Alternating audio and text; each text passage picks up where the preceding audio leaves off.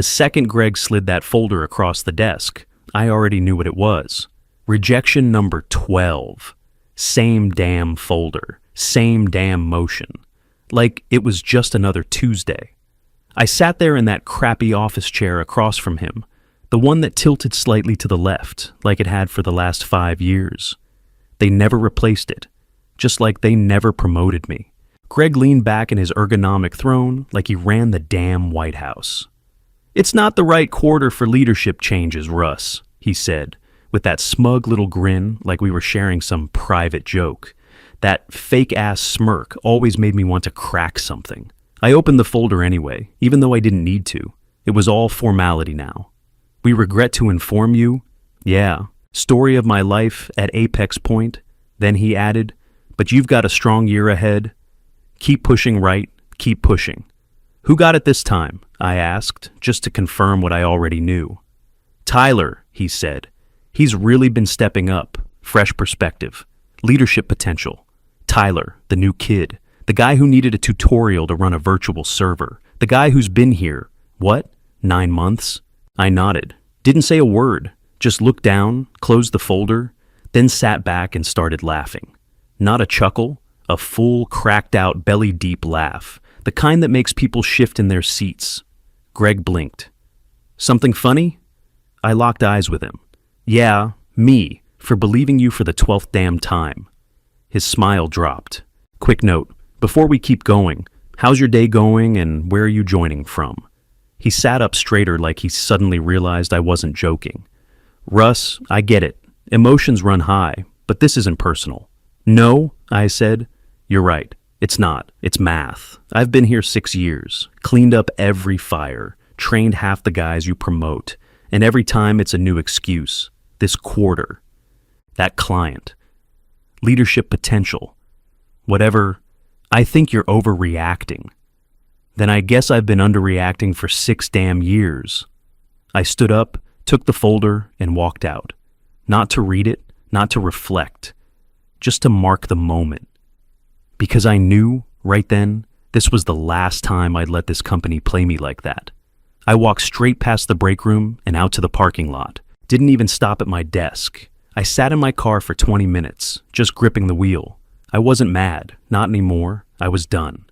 My name's Russ. I was 42 when all this started. I worked at a boutique IT consulting firm in Denver called Apex Point. Not a flashy company, but we did solid work. Tech infrastructure, B2B systems, back-end wizardry. Basically the stuff clients only notice when it breaks. For 6 years, I was the guy they called when a server melted down at 2 a.m., or a client threatened to pull $1 million contract over a failed migration. I was the fixer, always the fixer, but never the one they rewarded. I kept a list in my Google Drive. We need more client-facing experience. You don't have that specific AWS cert. We're looking for more leadership energy. So I did it all. Took on more clients, got the damn certs, sat through those idiotic soft skills seminars, played nice, smiled, waited. Meanwhile, guys like Jake got the nod. Jake, who forgot passwords like it was his job and missed half his deadlines, but he smoked cigars with the CFO. Then there was Devin, needed me to rewrite every single pitch deck. I'd fix the architecture, tune the proposal, even walk him through it before client calls. Still, he got promoted. I kept thinking maybe it was me, maybe I wasn't loud enough in meetings. Maybe I should have sucked up more, or maybe my khakis didn't say leadership material. Then came Tyler, new hire, baby-faced Ivy League intern energy. Barely knew the systems, needed a walkthrough just to update firmware, but he played racquetball with the VP. That's all it took. A week after that folder hit my desk, I watched him walk around the office grinning like a damn Cheshire cat, handing out his new business cards. Senior consultant. He offered me one like we were friends. I didn't take it. That's when it clicked. There wasn't a ladder. That's the lie they feed guys like me. Put your head down, do the work, be patient. It'll come. And I wasn't the guy they were ever going to let climb it, not because I wasn't good enough, because I was too good where I was, too useful, too safe. They needed me to hold the bottom steady so the rest of them could rise, and I let them. For 6 damn years, I played along. Not anymore. I walked back into that office like nothing was wrong, said hi to the receptionist, sat down at my desk, and started planning my escape. I left the office around 6 that night, went straight home, cracked open a beer, and sat in the dark. Didn't even turn on the TV, just sat there in the living room staring at nothing, letting the silence choke the air out. Then I called Pete, my older brother. Used to run numbers on Wall Street, now runs a fishing charter off the Gulf. Walked away from a finance VP job like it was nothing. Bad day? He asked. I'm done, I said. They gave the promotion to the racquetball rookie. Again, he didn't say anything at first, just let me go off. I told him about the 12 rejections, the excuses, the folder, the fake smiles. I said I felt like an idiot for ever believing it would go different. He let me rant until I finally just stopped talking. Then he said, "Then stop giving them your best." I blinked. What's that supposed to mean? It means quit playing the role they wrote for you. You give them everything, and they give you nothing. I can't just stop trying. That's not who I am. Pete didn't even pause. Then maybe who you are is exactly why they keep screwing you. You're dependable, not dangerous. I sat there in silence, beer sweating in my hand.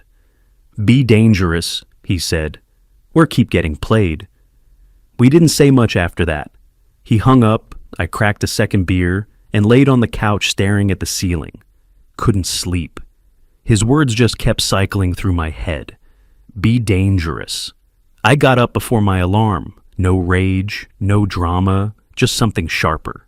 I wore the same shirt I wore last week, same jeans, same fake smile. But this time, I walked into that office with a different mission. I stopped chasing their approval. I started collecting receipts. Every single fix I'd ever made, the undocumented patches, the critical scripts, the hidden process workarounds I built when the systems failed, I cataloged all of it. Started a private repo.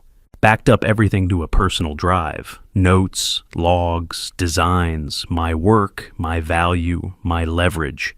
I kept showing up. Kept helping clients, smiled through meetings, played the same quiet role. But now I was archiving everything I touched. If Apex Point wanted me invisible, fine. But I'd be invisible with my eyes wide open. And this time, I wasn't giving anything away for free. I called it the quiet exit. Never said it out loud. Just something I repeated to myself on the drive-in every morning. This was about walking away with the whole damn blueprint in my back pocket. Phase 1. Make myself untouchable. I volunteered for every dumpster fire project. The legacy code no one understood, I learned it. The client with a reputation for firing vendors mid-contract, I took them on and made them loyal. The outdated infrastructure in the Midwest accounts, I rebuilt it from scratch, silently, cleanly, without handing off a single piece to anyone else. By month 2, I was the only guy who could fix 3 different systems. I didn't flaunt it. I just made sure the right people leaned on me for everything. Greg thought I was doubling down for another promotion cycle. He had no idea I was drawing a map of their dependencies and how I could take every one of them with me. Phase 2. Build my out. I registered an LLC, Forge Line Consulting. Quietly. No announcements, just paperwork filed and tucked away. I met up with a couple of ex-Apex Point guys who'd moved on and done well for themselves. One was leading DevOps at a startup in Austin. Another was contracting full-time out of Seattle and charging triple what I made. I asked questions, took notes, bought them lunch, and let them talk. The idea for ForgeLine started to form, a lean, independent firm that solved problems fast, without the corporate fluff. Nights and weekends, I started building it. Website, pitch decks, basic brand. Nothing flashy, just professional and clear. Something I could put in front of a client tomorrow if I had to. By month 4, the legal, financial, and technical foundations were done. Phase 3, emotional detachment. That was the hardest part. Tyler got promoted again, to lead a cross-functional team I'd built from scratch. I clapped, I smiled, didn't say a word. Greg pulled me aside that afternoon. "No hard feelings?" he asked, giving me that squint he thought passed for sincerity. "Nope," I said, smiling like it didn't bother me at all. He watched me for a second, waiting for some crack to show. Nothing came, because I was done reacting. They left me off email threads? Fine. I documented the workaround and saved a better version for myself. They pitched my ideas like they were someone else's? Go ahead. I kept the original notes. They gave the spotlight to someone who didn't earn it? Didn't matter. The trick was staying invisible. Not too invisible to lose access, but just quiet enough to avoid suspicion. I didn't vent anymore, didn't roll my eyes in meetings, didn't even update my LinkedIn. I just kept showing up and delivering, all while siphoning value out, hour by hour. By the end of month 6, Apex Point thought I was locked in, tighter than ever. But I'd already walked out in my head. All that was left was picking the right moment to make it real. 6 months to the day after rejection number 12, I walked into Greg's office at 9:03 a.m. He looked up, mid-coffee, smiling like we were about to do another weekly check-in. I set a folded sheet of paper on his desk. One sentence, centered, signed. I resign, effective 2 weeks from today. I quit, I said. Just like that. No build-up, no drama. Greg blinked like he didn't understand the words. You what?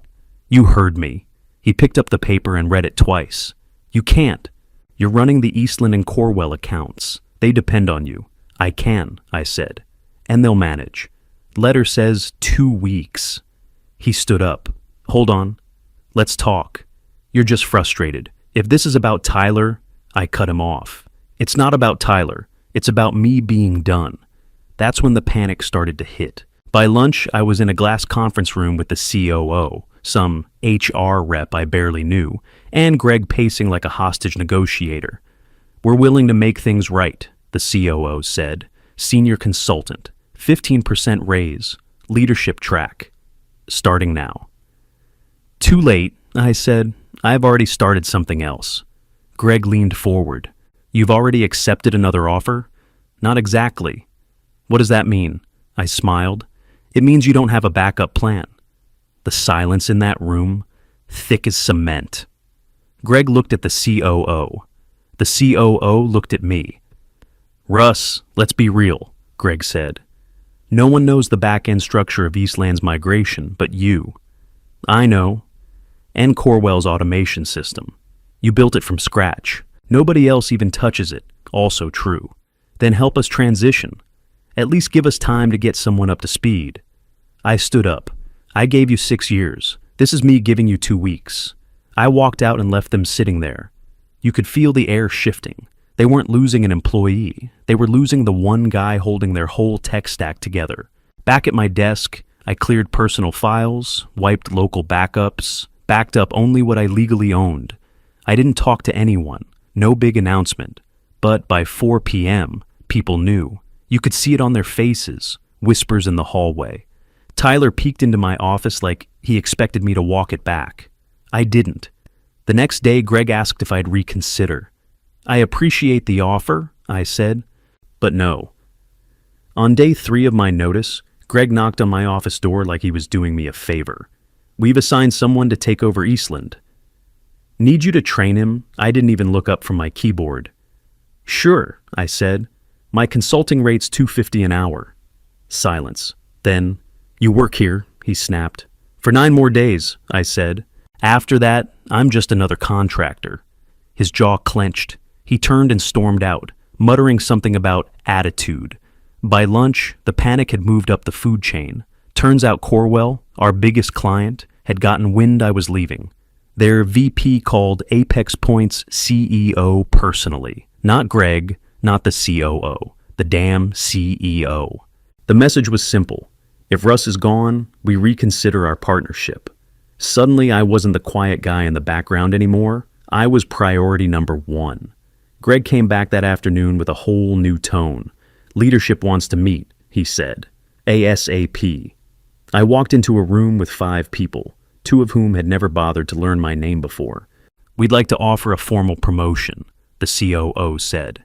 Senior consultant, 20% raise, full client access, I let them finish. Then I leaned back and said, you had 6 years.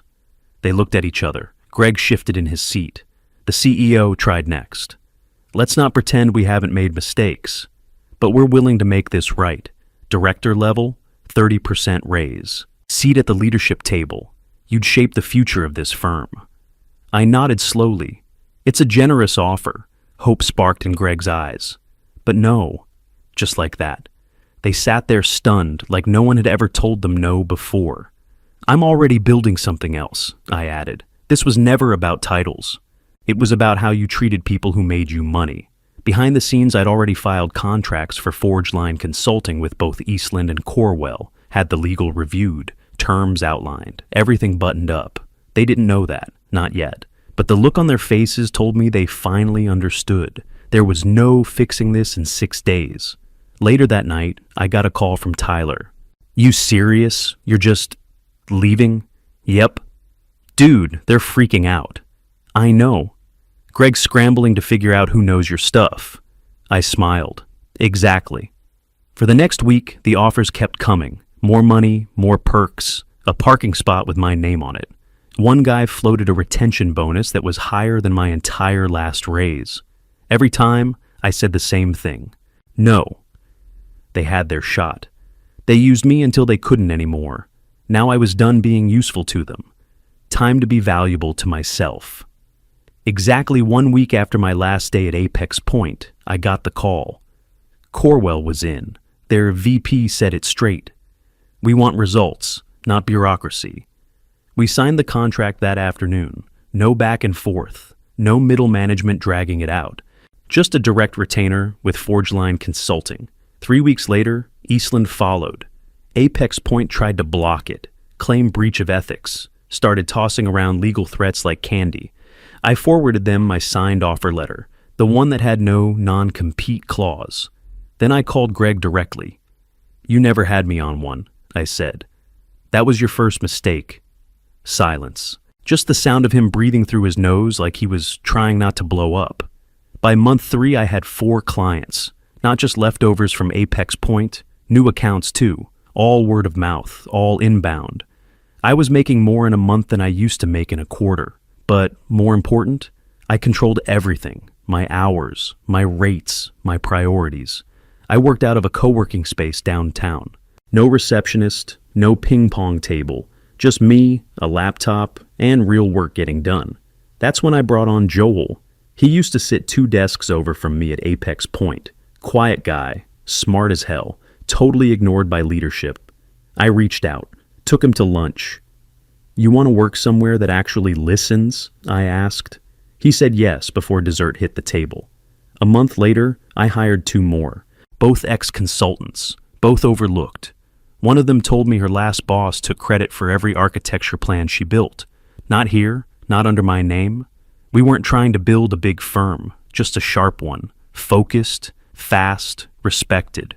I didn't post some dramatic launch on LinkedIn. I didn't rub it in anyone's face.